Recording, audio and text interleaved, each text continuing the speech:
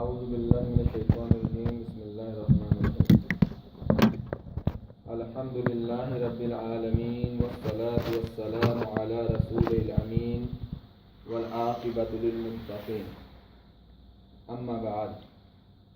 وَلَقَدْ آتَيْنَاكَ سَبْعًا مِنَ الْمَثَانِي وَالْقُرْآنَ الْعَظِيمَ عن ابی ہریرہ رضی اللہ تعالی عنہ قال قال رسول اللہ صلی اللہ علیہ وسلم ام القرآن هي سبع المثاني والقرآن العظيم او كما قال رسول اللہ صلی اللہ علیہ وسلم رب اشرح لي صدری ويسر لي امری واحلل عقدۃ من لسانی یفقهوا قولی۔ پیارو بھائیو، آپ سب کو میں اسلامی طریقے سے خوش آمدید کہتا ہوں۔ السلام علیکم ورحمۃ اللہ وبرکاتہ۔ جس آیت کی ہم نے تلاوت کی یہ سورہ حجر آیت نمبر 87 ہے، جس میں اللہ سبحانہ تعالیٰ کہتے ہیں وَلَقَدْ آتَيْنَاكَ سَبْعًا مِنَ الْمَثَانِي، اے محمد صلی اللہ علیہ وسلم ہم نے آپ کو 7 آیتیں بار بار دہرائی جانے والی دی ہیں، والقرآن العظیم، اور ہم نے آپ کو بڑا قرآن بھی دیا۔ تو اس کی تشریح کرتے ہوئے محمد رسول اللہ صلی اللہ علیہ وسلم صحیح البخاری کی حدیث ہے کتاب التفسیر کہ ابی ہریرہ رضی اللہ تعالیٰ عنہ نے کہا کہ محمد رسول اللہ صلی اللہ علیہ وسلم نے کہا ام القرآن، یہی سبع المثانی اور یہی بڑا قرآن ہے۔ ام القرآن یعنی سورۃ الفاتحہ۔ ہم جانتے ہیں کہ سورہ فاتحہ کے کئی نام ہیں، ام القرآن بھی ہے، فاتحۃ الکتاب بھی ہے، اور یہ سورۃ الشفاء بھی ہے۔ اس کے کئی نام ہیں، اور اس کا نام سبع المثانی بھی ہے کہ یہ بار بار دہرائی جاتی ہے، کیونکہ محمد رسول اللہ صلی اللہ علیہ وسلم نے ہمیں بتایا، حدیث یہ ملے گی ہمیں صحیح مسلم میں، عن ابی ہریرہ رضی اللہ تعالی عنہ قال قال رسول اللہ صلی اللہ علیہ وسلم من صلى صلاة ولم يقرأ فيها بأم القرآن فهي خداج ثلاث غیر تمام۔ ابو ہریرہ رضی اللہ تعالیٰ عنہ کہتے ہیں کہ محمد رسول اللہ صلی اللہ علیہ وسلم نے کہا کہ جس نے نماز پڑھی اور اس میں اس نے سورۃ الفاتحہ یعنی ام القرآن کو نہ پڑھا تو اس کی نماز نامکمل ہے۔ 3 بار کہا کہ یہ نماز نامکمل ہے۔ تو یہ سورہ فاتحہ ہے جس کے نہ پڑھنے سے ایک مسلمان کی نماز نہیں ہوتی یا ناقص رہ جاتی ہے۔ اس لیے سورہ فاتحہ کو اللہ سبحانہ و تعالیٰ نے اسی حدیث کے بعد میں یہ بھی کہا کہ میں نے اس نماز کو اپنے اور اپنے بندے کے درمیان تقسیم کر دیا۔ تو یہ ایک طویل حدیث ہے، لیکن آج ہمارا موضوع یہ حدیث نہیں ہے، بلکہ ہمارا یہ موضوع ہے کہ اصل اس سورہ فاتحہ کے اندر ہے کیا،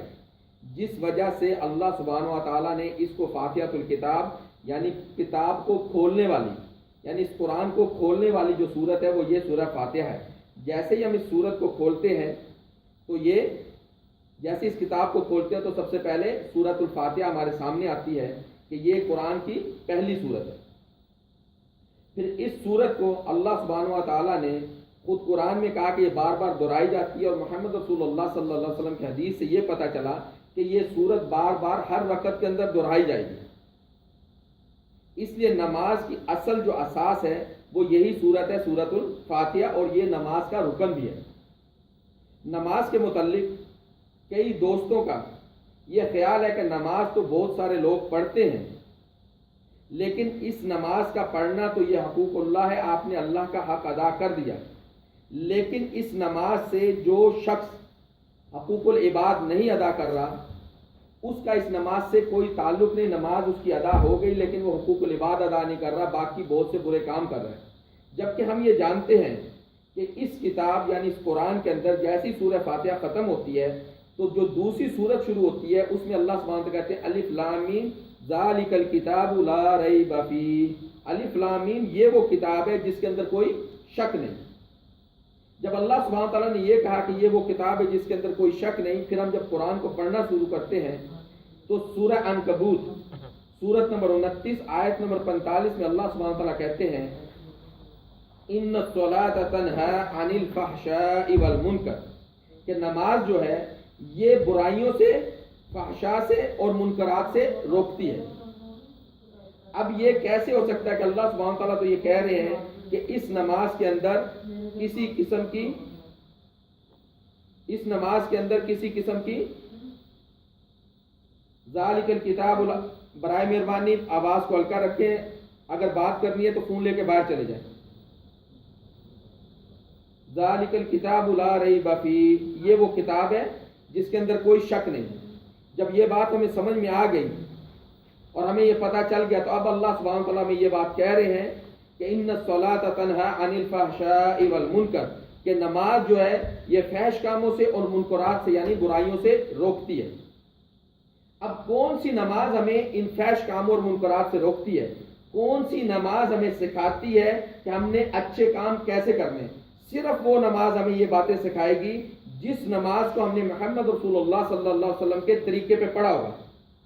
اللہ کے نبی محمد رسول اللہ صلی اللہ علیہ وسلم نے کہا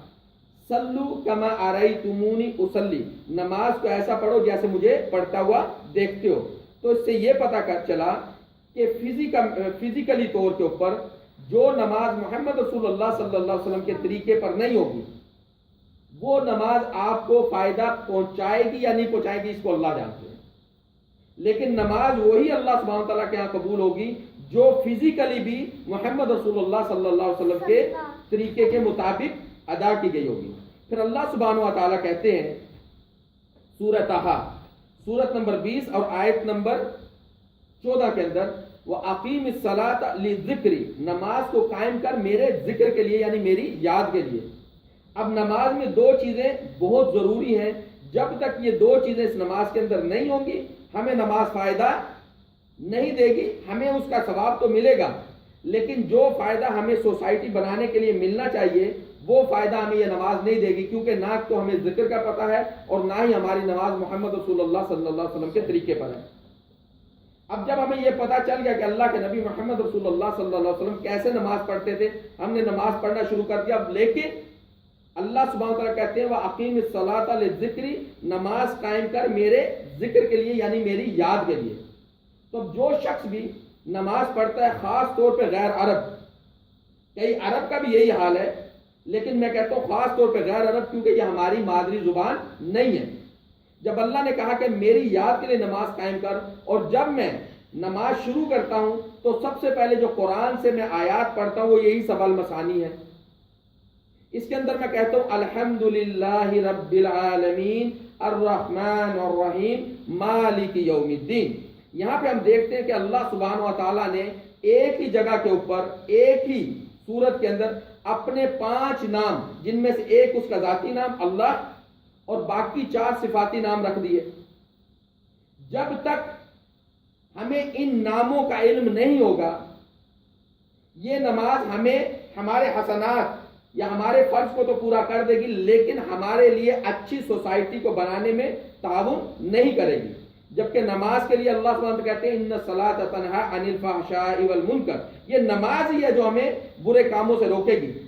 جس کی نماز صحیح نہیں اس کے عمل کبھی بھی ہو نہیں سکتا کہ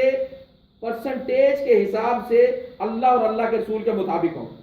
کوئی بھی عمل جو اللہ اور اللہ کے رسول صلی اللہ علیہ وسلم کے بتائے ہوئے حکم کے مطابق نہیں ہوگا وہ ایک اچھا عمل ہو سکتا ہے لیکن اس سے نہ سوسائٹی کو فائدہ پہنچے گا اور نہ ہی وہ اللہ سبحانہ تعالیٰ کے یہاں قابل قبول ہوگا۔ اس لیے محمد رسول اللہ صلی اللہ علیہ وسلم نے بتایا کہ سب سے پہلے جس چیز کا حساب ہوگا قیامت کے دن وہ نماز ہوگی۔ ان اول ما یحاسب العبد یوم القیامت الصلاۃ، جس چیز کا سب سے پہلے حساب ہوگا قیامت کے دن بندے سے وہ ہے نماز۔ سب سے پہلے سے مراد کے سب سے پہلے تو توحید کا اللہ سبحانہ تعالیٰ پوچھیں گے کیونکہ توحید والوں ہی سے سب سے پہلا یہ سوال ہوگا۔ جس کی توحید صحیح نہیں ہوگی اس کو تو اس سوال کے کٹہرے میں لایا ہی نہیں جائے گا۔ وہ تو چاہے جتنا بھی اس اپنا فدیہ دے، جتنے بھی اچھے کام کیے ہوں، جتنا بھی اس نے صدقہ کیا ہو، جتنا بھی اس نے لوگوں کے ساتھ بھلائی کی ہو، وہ اس کٹہرے میں آئے گا نہیں، وہ تو سیدھا جہنم میں جائے گا۔ اس کے لیے ہمارے پاس صرف 2 دلیلیں کافی ہیں کہ جس شخص کی توحید نہیں، جس نے اللہ کا حق ادا نہ کیا، اس شخص سے اللہ سبحانہ تعالیٰ نہ نماز کا سوال کریں گے، نہ روزے کا سوال کریں گے، نہ اس کے صدقے اور زکوٰۃ کو دیکھیں گے کیونکہ اس کے پاس توحید ہی نہیں۔ اللہ سبحانہ تعالیٰ کہتے ہیں سورہ آل عمران سورت نمبر 3 آیت نمبر 91 ان الذین کفروا وماتوا وهم کفار فلن يقبل من احدهم ملء الارض ذهبا ولا افتدى به ان الذین کفروا جنہوں نے کفر کیا وماتوا وهم کفار وہ مرے اور وہ کفر پر تھے لا يقبل من احدهم ملء الارض ذهبا ان سے اس زمین بھر سونا بھی فدیے میں نہیں دے دیا جائے وَلَوْ اِفْتَدَى بِهِ اگر وہ اس کے لیے فدیہ بھی دیں اس زمین کے جتنا سونا اتنا زیادہ بھی اگر فدیہ دیں تو ان سے قبول نہیں دیا ہوگا.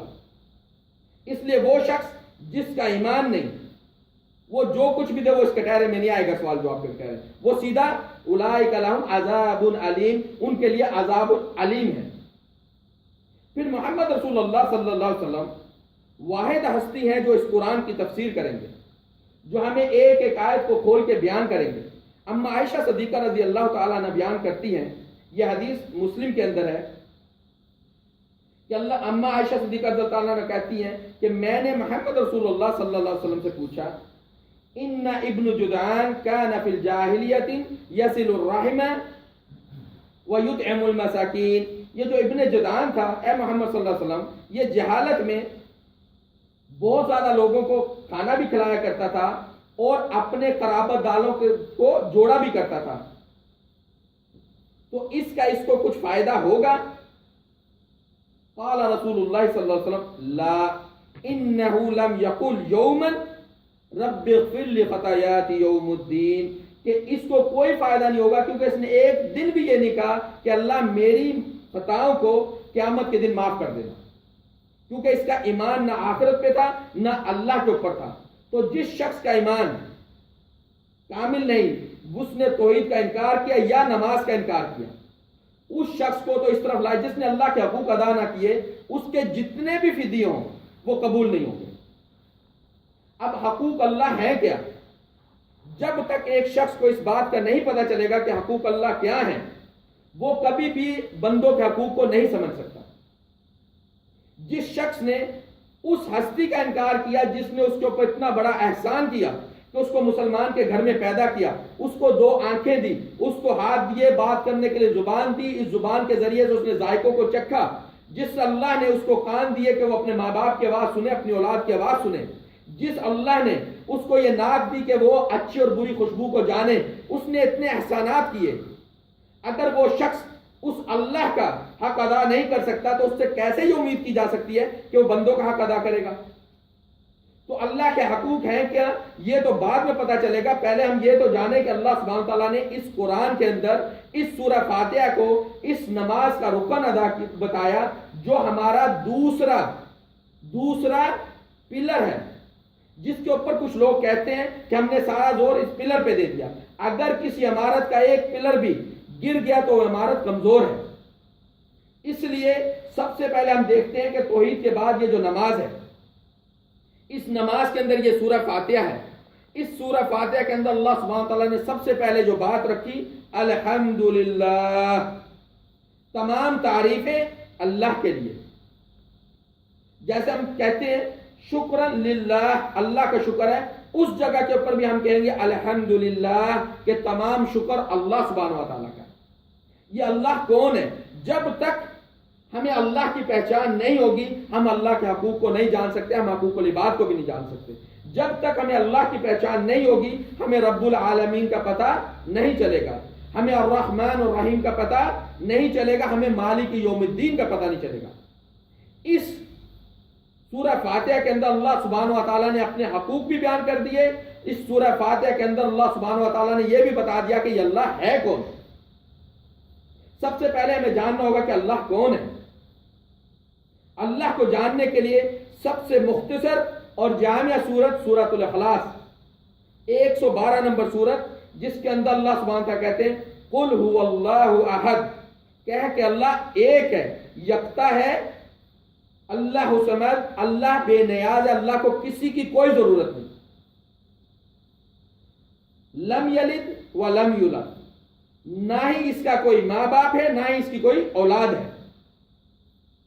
ولم یکن لہ کفوا احد اور اس جیسا کوئی بھی نہیں ہے.